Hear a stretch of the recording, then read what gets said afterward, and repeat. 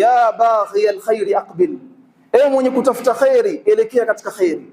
Wa ya baghi alsharri aqsir, na wewe mwenye ambaye kwamba ulikuwa ni mwenye kufanya madhambi na maasi, wachana na yale maasi uliyokuwa ukiyafanya.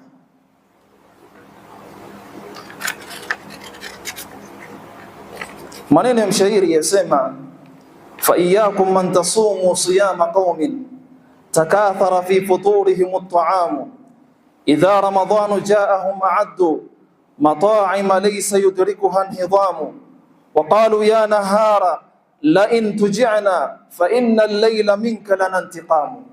Mshairi yasema, fa iyyakum man tasumu siyama qaumin, mimi nawaonyeni nyinyi ole wenu wale ambao kwamba ni wenye kufunga siyama qaumin, aina ya siyamu ya watu fulani, takathara fi futurihim at-ta'am, wamekithirisha katika futari yao chakula kwa wingi. Asa mtu yafikiri kufunga mwezi wa Ramadhan wakati wa kufuturu na kufungua ndo anazidisha katika chakula na kufanya ikuwe ni nyingi. Ole wenu, anasema mshairi, idha ramadhanu jaahum a'addu, basi wao wakisikia Ramadhani inakuja wanajiandaa, wanaandaa mata'ima laysa yudrikuha inhidamu, wanaandaa vyakula vya aina tofauti tofauti ambavyo kwamba ukianza kula hauwezi kumaliza, hauwezi timiza. Wamesahau malengo ya mwezi mtukufu wa Ramadhani.